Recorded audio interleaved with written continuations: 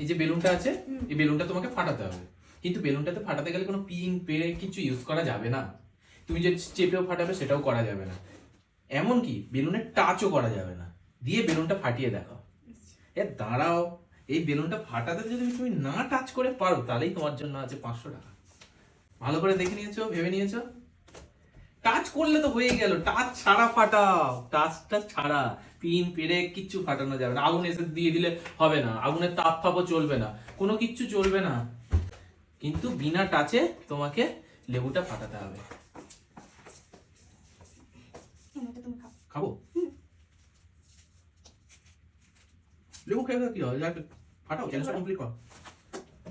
ভালো।